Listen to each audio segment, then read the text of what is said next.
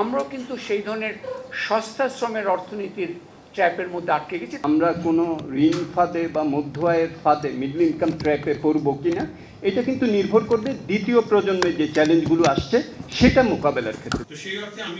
দেশ স্বাধীনের প্রথম ২৫ বছর দেশের অর্থনৈতিক পরিস্থিতি যতটা হতাশার ছিল, পরের ২৫ বছর ছিল অনেকটাই আশাব্যঞ্জক। গত ৫০ বছরের বাংলাদেশের উন্নয়নের অর্থনৈতিক, রাজনৈতিক, সামাজিক পরিবর্তনের নানা দিক উঠে এসেছে সিপিডির প্রকাশিত বাংলাদেশের ৫০ বছর শীর্ষক গবেষণায়।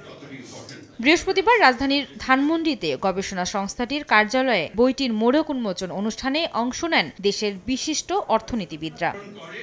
এ সময় ডক্টর হোসেন জিল্লুর রহমান বলেন, সস্তা শ্রমের ফাঁদে পড়েছে বাংলাদেশের উন্নয়ন। রাজনৈতিক সদিচ্ছা দেখাতে অর্থনৈতিক উন্নতির টেকসই পথ। ফিলিপিনের উদাহরণ দেওয়া হলো, ব্রাজিলের উদাহরণ দেওয়া হলো। আমরাও কিন্তু সেই ধরনের সস্তা শ্রমের অর্থনীতির ট্র্যাপের মধ্যে আটকে গেছি। আগামীতে economic agenda is a political agenda, এবং আগামীতে we need not just political কম্পিটিশনের restoration, we also need a very strong competition of development vision. নানা সূচকে বাংলাদেশের উন্নয়ন চোখে পড়ার মতো হলেও তা হচ্ছে না অন্তর্ভুক্তিমূলক, যা ক্রমাগত বাড়িয়ে দিচ্ছে বৈষম্য।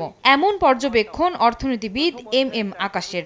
ধনীদের ক্ষেত্রে ইন্ডেক্সটা কি হারে বেড়েছে আর গরিবদের ক্ষেত্রে কি হারে বেড়েছে, তাতে যেটা দেখা যায় যে গরিবদের ক্ষেত্রে এই ডেভেলপমেন্টগুলো হয়েছে শামুকের গতিতে বা আরেকটু কম গতিতে, আর ওদের ক্ষেত্রে কোনো ক্ষেত্রে রকেটের গতি। বরাবরের মতোই বাংলাদেশের উন্নয়ন নিয়ে শঙ্কা প্রকাশ করেন সিপিডির সম্মানীয় ফেলো অধ্যাপক ডক্টর মোস্তাফিজুর রহমান। বাংলাদেশের স্বল্পোন্নত দেশ থেকে উত্তরণ টেকসই হবে কিনা, বাংলাদেশ নিম্ন মধ্যবিত্ত মধ্য আয়ের থেকে যে মধ্য আয়ের দেশে উন্নীত হলো, এই মধ্য আয়ের উত্তরণ এটা টেকসই হবে কিনা, আমরা কোনো ঋণ ফাঁদে বা মধ্য আয়ের ফাঁদে মিডল ইনকাম ট্র্যাপে পড়ব কিনা এটা কিন্তু নির্ভর করবে দ্বিতীয় প্রজন্মের যে চ্যালেঞ্জগুলো আসছে সেটা মোকাবেলার ক্ষেত্রে। তবে লাল সবুজের দেশকে ভিন্নভাবে দেখেন সিপিডির প্রতিষ্ঠাতা চেয়ারম্যান অধ্যাপক রেহমান সোবহান। তার মতে দৃঢ়ভাবে সামনে যাওয়ার মতো যথেষ্ট সক্ষমতা রয়েছে বাংলাদেশের।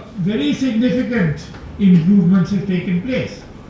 And if you look at the ready-made garment industry today,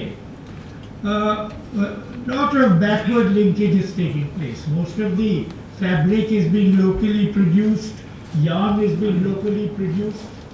Our remittances have now gone up to over $20 billion.